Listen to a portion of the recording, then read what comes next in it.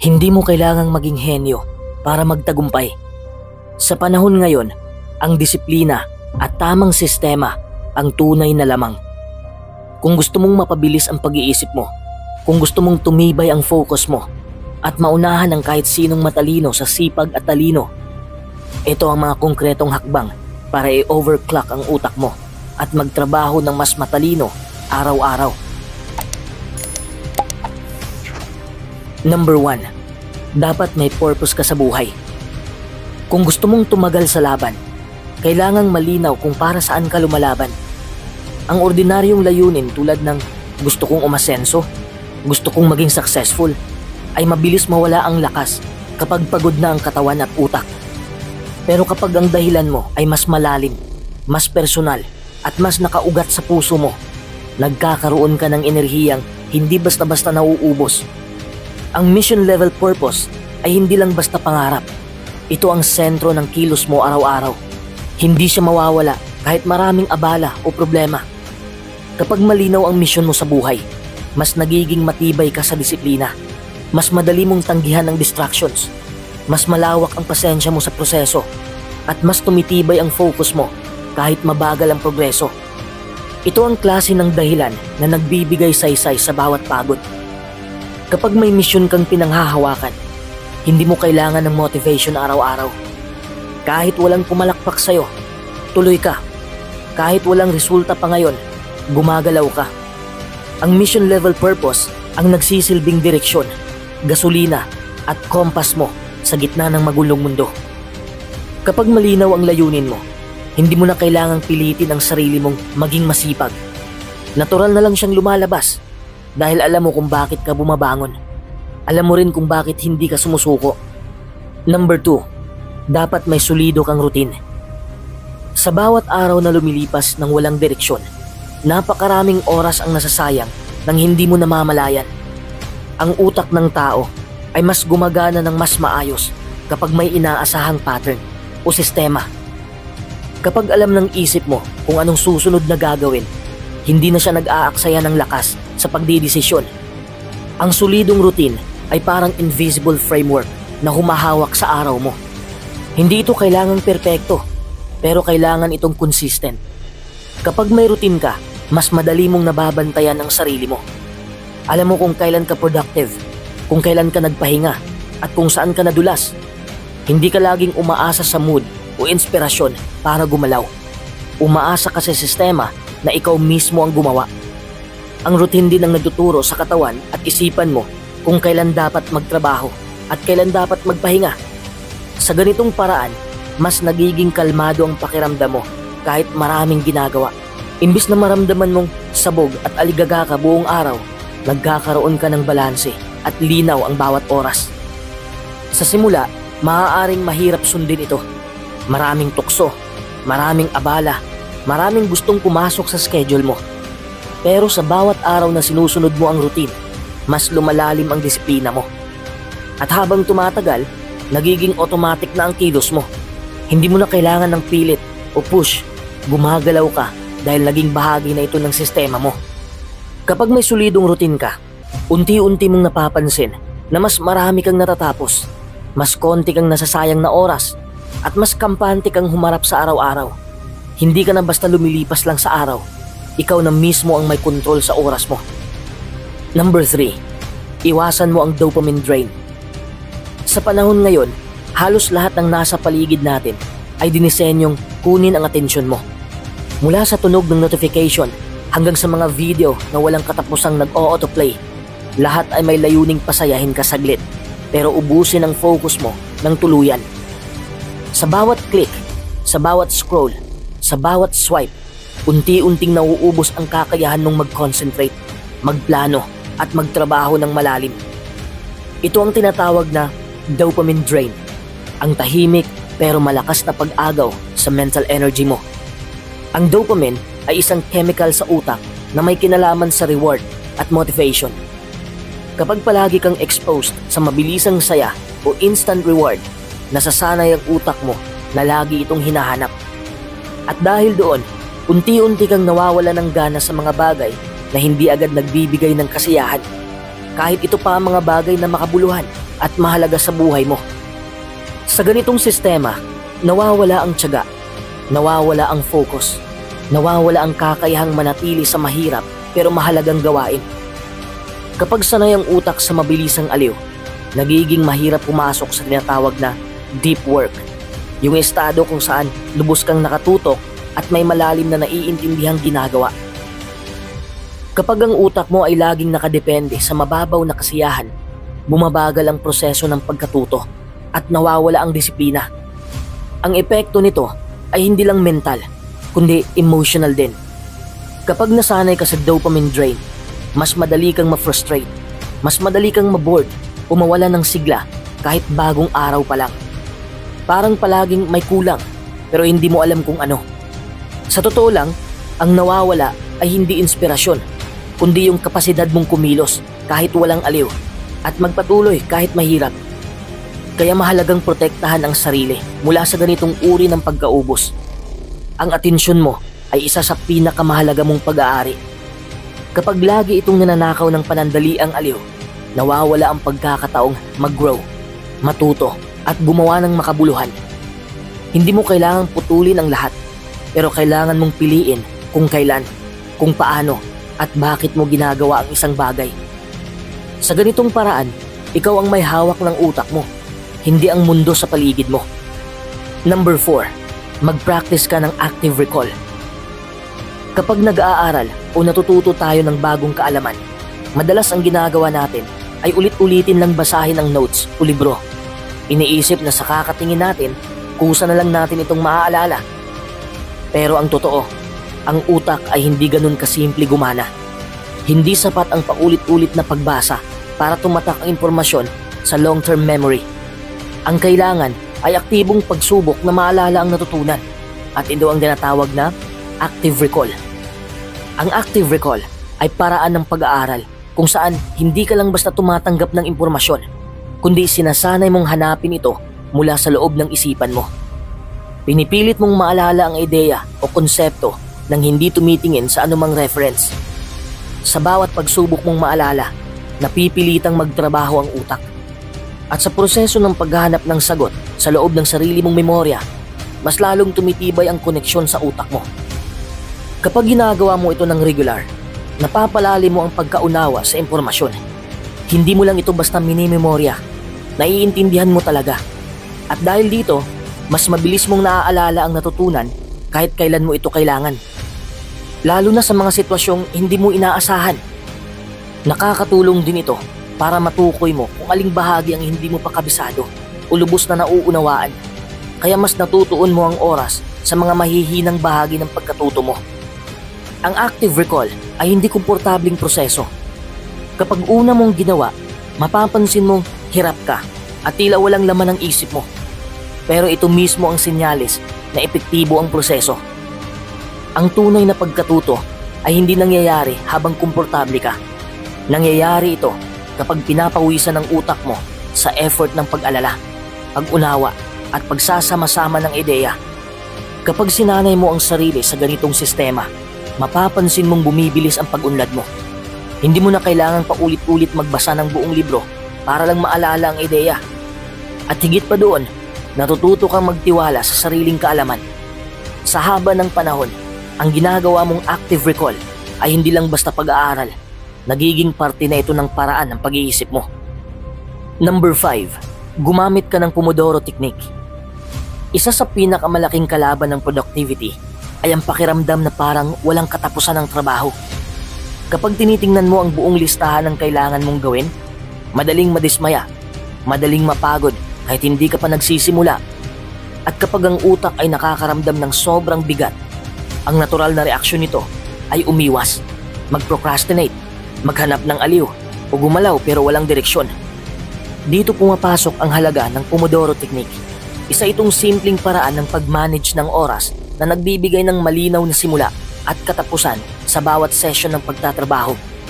Sa halip na labanan ang buong araw na parang marathon, hinahati mo ang oras sa maliliit na bahagi na kayang-kaya ng isip at katawan. Dahil dito, mas madaling magsimula, mas malinaw ang gagawin, at mas kontrolado ang pagod na nararamdaman mo. Ang utak ng tao ay hindi dinisenyo para manatiling matinding focus sa mahabang oras. Sa katagalan, bumababa ang kalidad ng gawa, humihina ang atensyon, at tumataas ang stress. Pero kapag may regular kang pahinga sa gitna ng pagtatrabaho, napapanatili mong sariwa ang isipan. Binibigyan mo ito ng pagkakataong huminga, mag-reset, at bumalik sa gawain ng may bagong sigla. Bukod sa physical na benepisyo ng pahinga, may mental effect din ito. Kapag alam mong may darating na break, mas nagiging agresibo at buo ang loob mong tumutok sa gawain. Hindi mo na iniisip kung kailan matatapos ang pagod dahil alam mong sandali lang ito. Ang ganitong klaseng setup ay nakakatulong para hindi ka mawala sa momentum. Sa bawat cycle ng focus at pahinga, parang pinapanday mo ang disiplina at konsentrasyon mo sa unti-unting paraan. Habang ginagawa mo ito araw-araw, mas nagiging sanay ang utak mo sa pattern ng pagkilos. Nagsisimula kang matutong sumunod sa struktura ng oras, hindi lang base sa damdamin o bugso ng inspirasyon. At habang tumatagal, hindi mo lang natatapos ang mga gawain. Naiintindihan mo rin kung kailan ka pinaka-productive, kung anong oras ka mahina, at paano mo mamanage ang sarili mong energy. Sa pamamagitan ng Pomodoro Technique, tinuturuan mong gumana ang utak mo sa tamang tempo. Hindi siya pinipilit, hindi siya binibigla, pero tuloy-tuloy siyang umuusad. At sa ganitong paraan, mas marami kang natatapos, mas malinaw ang isip mo, at mas buo ang kontrol mo sa araw mo. Number 6, i-optimize ang tulog mo. Maraming taong naghahanap ng paraan para mapabilis ang utak, para mapalakas ang katawan, at para mapanatili ang focus. Pero nakakalimutan ng isa sa pinaka-basic na bahagi ng performance, ang tulog. Kapag kulang o sabog ang oras ng pahinga, kahit anong effort mong maging productive, laging may kakulangan. Ang utak ay hindi makina na pwedeng patakbuhin ng tuloy-tuloy nang walang recharge. Kapag pagod ang isipan, bumabagal ang pag-iisip, humihina ang memorya, at nawawala ang clarity. Ang quality sleep ay hindi lang basta pagpikit. Ito ay aktibong proseso kung saan inaayos ng katawan ang sarili. Nililinis ng utak ang mga hindi kailangang impormasyon at pinuproseso ang mga natutunan mo sa araw-araw. Sa madaling salita, habang natutulog ka, nagtatrabaho ang isipan mo sa background. Kaya kung putol-putol o kulang ang pahinga mo, naapektuhan hindi lang ang katawan, kundi pati ang pagdidesisyon, emotional na control, at mental sharpness mo. Sa consistent na pagtulog sa tamang oras, tinuturuan mong sundin ng katawan mo ang natural na rhythm nito. Mas nagiging stable ang energy mo buong araw, mas mabilis kang mag-isip, at mas madali kang makapasok sa tinatawag na flow state, kung saan tuloy-tuloy at malalim ang focus. Kapag habit na ito, hindi mo na kailangang gumamit ng sobrang daming effort para lang maging alerto. Ang katawan mo mismo ang magdadala sa'yo sa tamang kondisyon. Bukod dito, malaki rin ang epekto ng maayos na tulog sa emotional balance. Kapag kulang ka sa pahinga, mas madali kang mairita, mas madali kang mawala ng gana o panghinaan ng loob kahit maliit na bagay lang ang kinakaharap mo. Pero kapag buo ang tulog mo, mas may lakas kang harapin ang stress, mas malinaw ang pag-iisip mo, at mas kaya mong i-handle ang mga desisyon sa araw-araw nang hindi nagmamadali o nadadala ng emosyon. Ang pag-optimize ng tulog ay hindi luho. Ito ay bahagi ng disiplina. Ito ang pundasyon ng mental performance na hindi mo basta makukuha sa kape, sa motivation o productivity tools. Kapag inuna mo ang maayos at sapat na pahinga, pinapalakas mo ang utak mo para magamit ito sa full potential. At sa huli, makikita mong ang pinakamakapangyarihang version ng sarili mo ay nagsisimula sa simpleng bagay na matagal mo nang alam. Pero ngayon mo lang siniseryoso, ang tulog. Number 7, dapat may mental diet ka. Kung ang katawan ay nakadepende sa pagkain na inilalagay mo sa loob nito, ganoon din ang isipan. Ang kalidad ng iniisip mo araw-araw ay direktang konektado sa mga bagay na pinakikinggan mo, pinapanood mo, at binabasa mo. Ang bawat content na tinatanggap mo, mula sa simpleng usapan hanggang sa mga video at artikulo, ay parang pagkain pinapakain mo sa utak mo. At kung anong klaseng mental na pagkain ang palagi mong kinukonsumo, ganun din unti-unting nahuhubog ang paraan ng iyong pag-iisip. Kapag ang araw-araw mong mental input ay magulo, mababaw, at paulit-ulit na negatibo, Napupuno rin ng kalat ang isipan mo. Hindi mo agad nararamdaman ang epekto, pero sa tagal ng panahon, lumalabo ang mental clarity mo. Humihina ang focus at napapalitan ng ingay ang lalim ng pag-iisip. Hindi mo na rin namamalayan na naapektuhan na rin ang paniniwala mo sa sarili, ang pananaw mo sa mundo at ang antas ng pag-unawa mo sa mga seryosong usapin. Ang pagkakaroon ng mental diet ay nangangahulugang nagiging maingat ka sa pagpili ng mga ideyang pinapasok mo sa isipan mo. Pinipili mong pakainin ng utak mo ng impormasyon at kaalaman na may saysay, may lalim at may ambag sa pag-unlad mo bilang tao. Hindi ito tungkol sa pagiging sobrang seryoso o pagiging matalino palagi, kundi sa pagiging responsable sa kung ano ang inuuna mong pansinin, tanggapin at paglaanan ng oras. Kapag malinaw sa'yo kung anong klaseng content ang nagpapalago sa'yo, mas nagiging madali para sa'yo na iwasan ang mga bagay na hindi naman nakakatulong. Napapalitan ang distraction ng direksyon. At habang tumatagal, nasasanay ang utak mo sa mga bagay na may sustansya sa pag-iisip. Mas lumalawak ang perspektibo mo, mas lumalalim ang tanong mo, at mas gumaganda ang kalidad ng mga sagot na nabubuo mo. Sa panahon na sobrang bilis ng impormasyon, ang tunay na talino ay hindi lang nasusukat sa dami ng alam mo, kundi sa galing mong pumili kung anong klaseng kaalaman ang dapat mong pagtuunan ng pansin. Ang mental diet ay disiplina ng isip. Isa itong desisyon na araw-araw mong pinipili kung alin ang palalagpasin at kung alin ang papayagang tumira sa space ng isipan mo. Dahil sa bandang dulo, kung anong palagi mong iniisip, yun din ang unti-unting nagiging ikaw. Number 8. Huwag mong sagarin ang sarili mo. Maraming naniniwala na ang multitasking ay sinyalis ng pagiging masipag o mahusay. Sa unang tingin, parang produktibo ito. Parang mas maraming natatapos kapag sabay-sabay ang ginagawa. Pero sa realidad, ang utak ng tao ay hindi nilikha para tumutok sa dalawang mabigat na gawain ng sabay. Sa tuwing pinipilit mong gawin ito, hindi talagang multitasking ang nangyayari, kundi mabilisang paglipat-lipat ng atensyon. At sa bawat paglipat, may nawawalang focus, may natitira sa isip, at may kasamang pagkaubos ng enerhiya. Kapag paulit-ulit mong ginagawa ang ganitong sistema, unti-unting bumababa ang kalidad ng bawat gawain. Hindi mo namamalayan, mas marami kang nagagawang mali, mas matagal mong natatapos ang mga simpleng task, at mas mabilis kang mapagod. Ang mental bandwidth mo ay nahahati-hati sa maraming direksyon, at sa halip na lalim ng pag-iisip, nauuwi ito sa mababaw na pagkaintindi. Napapansin mong kahit abala ka buong araw, parang wala ka talagang natapos ng buo. Bukod sa epekto sa kalidad ng trabaho, apektado rin ang memorya at konsentrasyon.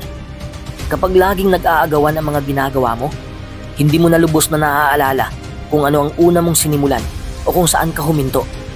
Madalas kang nagbabalik sa umpisa, paulit-ulit ang pag-ulit at lumalabo ang progress. Sa ganitong sitwasyon, kahit gaano ka pa ka-determined, bumababa pa rin ang efficiency mo dahil laging hati ang atensyon mo. Mas nagiging magulo rin ang isip sa emotional na aspeto. Kapag sabay-sabay ang ginagawa, mas lumalakas ang pressure na dapat mong matapos lahat agad. Ito'y nagdudulot ng pagod, ng stress, at minsan pagkalito kung ano ba talaga ang mahalaga sa ngayon. Hindi mo naramdam ang satisfaction sa isang natapos na gawain dahil hindi mo na rin alam kung alin doon ang talagang natutukan mo. Ang paglimit ng multitasking ay hindi ibig sabihin na bumabagal ka. Sa tuwing inuuna mo ang isang bagay, binibigyan mo ito ng buo mong atensyon. Mas lumalalim ang pagkaintindi, mas mabilis matapos at mas tumatatak sa isipan ang proseso. Sa ganitong paraan, mas nakukontrol mo ang oras mo, mas maayos ang takbo ng araw mo, at mas buo ang pakiramdam mo sa bawat gawain. Ang focus ay hindi simpleng konsentrasyon lang. Ito ay anyo ng respeto sa sarili mong oras at kakayahan. Number 9. Magsanay ng deliberate practice. Maraming tao ang nag-iisip na sapat na ang paulit-ulit lang ng paggawa ng isang bagay para maging eksperto dito. Pero hindi ganoon kadali. Ang tunay na pag-unlad ay nangyayari kapag sinasadya mong ituon ang pansin sa mga bahagi ng ginagawa mo na mahina ka o hindi mo kabisado. Hindi ito basta pagsasanay na ginagawa ng walang direksyon o layunin. Ito ay isang matinding proseso ng pag-aaral kung saan alam mo kung saan ka nagkakamali at pinag-iisipan mo kung paano ito maitama. Ang deliberate practice ay nagbibigay diin sa kalidad kaysa dami. Hindi basta-basta pag-uulit ng routine, kundi ang pagharap sa mga hamon na hindi komportable at nangangailangan ng buong konsentrasyon. Sa bawat pagkakataon, sinusubukan mong mapabuti ang mga aspeto ng ginagawa mo na nangangailangan ng atensyon. Hindi yung mga bahagi na sanay ka na at madali na para sa'yo. Kaya ito ang pinakamasakit at pinakamahabang yugto sa pag-aaral. Dahil hindi ito laging masaya o madali. Pero sa kabilang banda, dito nagmumula ang tunay na progreso.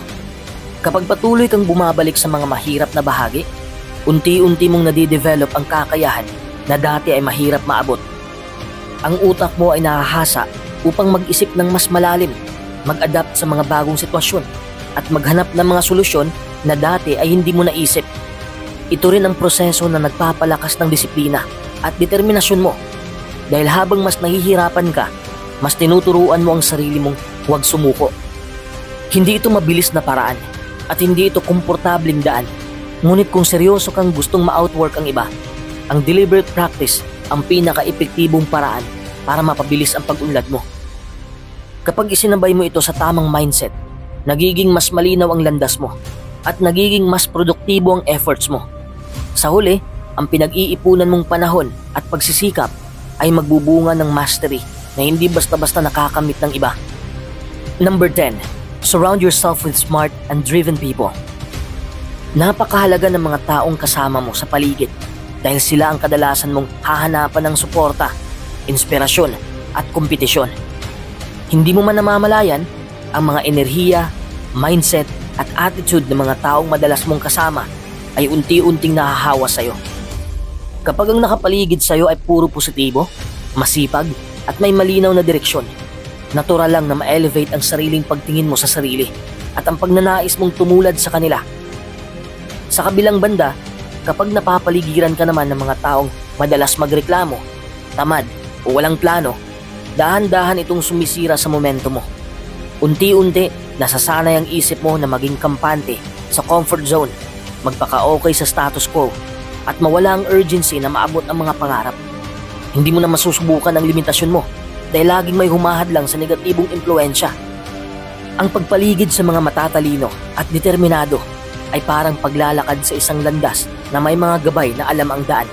Mas nagiging madali ang pagharap sa mga hamon kapag may mga taong kayang magbigay ng tamang payo, makatotohanang kritisismo at suporta na tutulong sa'yo na huwag matulog sa sarili mong tagumpay.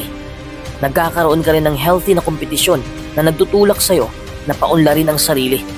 Hindi dahil kinakapos ka, kundi dahil gusto mong makasabay o malampasan sila.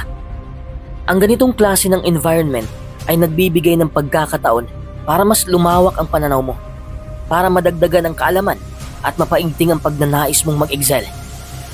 Sa tuwing makakasalamuha ka ng mga taong may matibay na prinsipyo at dedikasyon, nadadala mo ang sarili mo sa mas mataas na antas ng pag-iisip at pagkilos.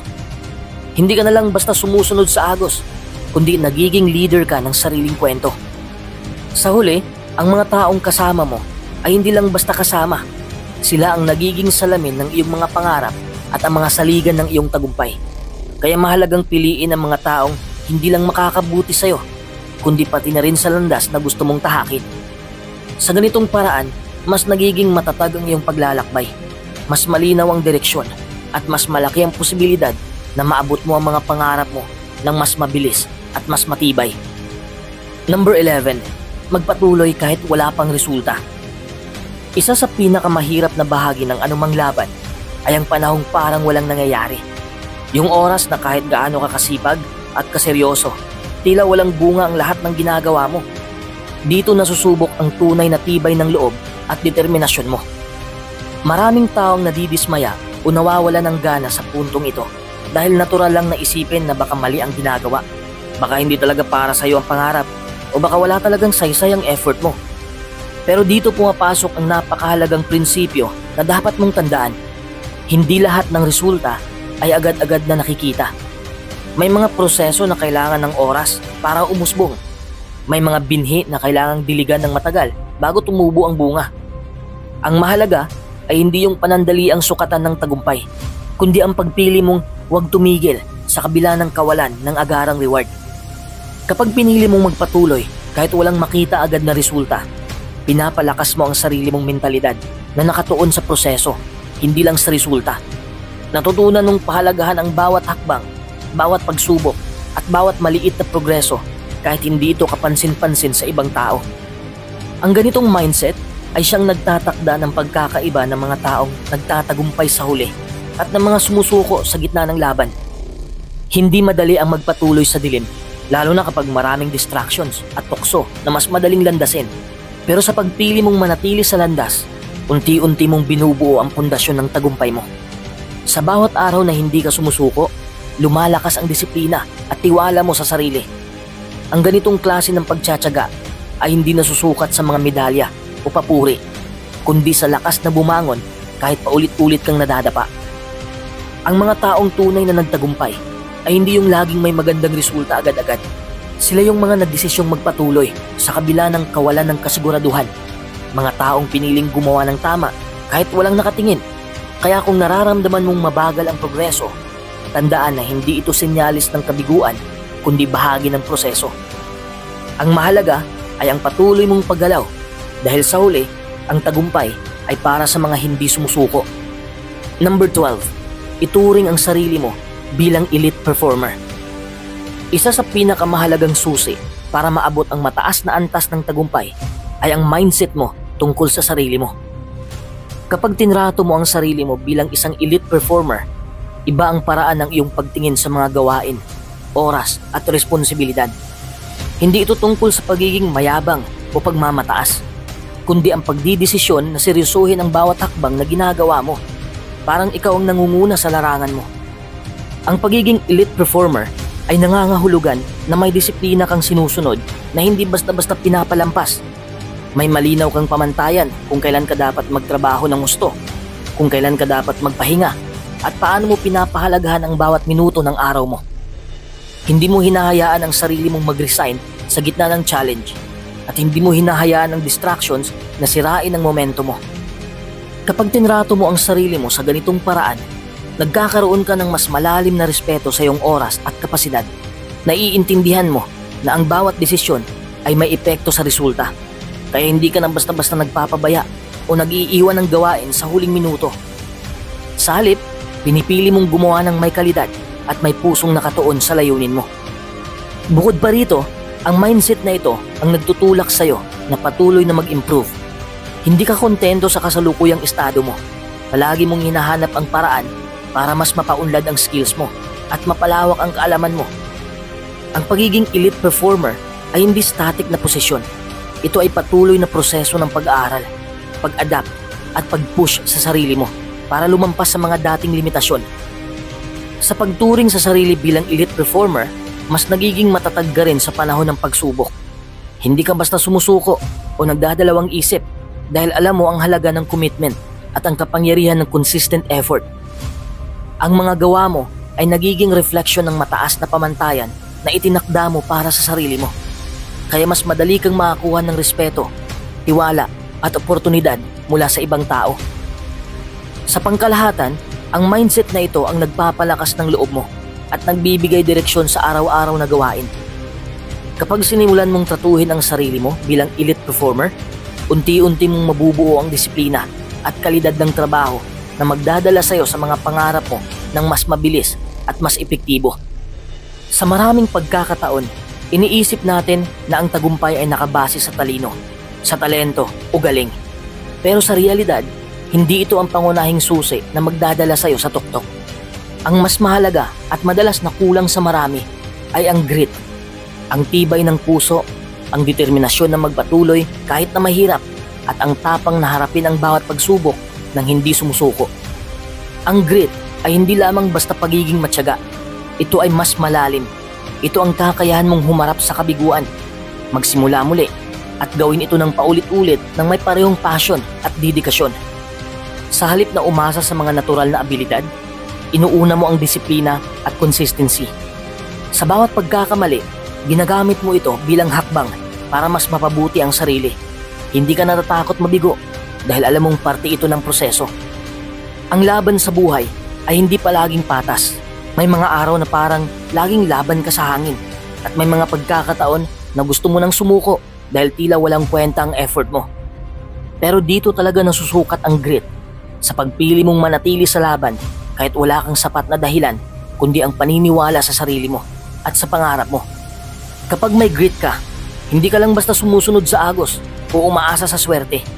Ikaw ang nagkukontrol ng direksyon ng buhay mo. Ang mga problema ay hindi dahilan para huminto, kundi oportunidad para mas matutong maging matatag at mas makapangyarihan. Sa bawat araw na pumipili kang magpatuloy, pinapalakas mo ang loob mo, pinapalawak ang kapasidad mo, at pinapanday ang landas mo patungo sa tagumpay. Hindi mo kailangan maging pinakamatalino o pinakagaling para magtagumpay. Ang kailangan mo ay grit, ang hindi matitinag na puso at isip na handang magtrabaho ng gusto kahit maraming pagsubok at handang maglakad kahit pagod na para maabot ang mga pangarap. Sa huli, ang grit ay siyang tunay na nagtatakda kung sino ang mararating ang tuktok at sino ang magpapalipas lang ng panahon. Kaya tandaan, sa laban ng buhay, hindi laging galing ang puhunan, kundi ang grit ang pinakamahalaga.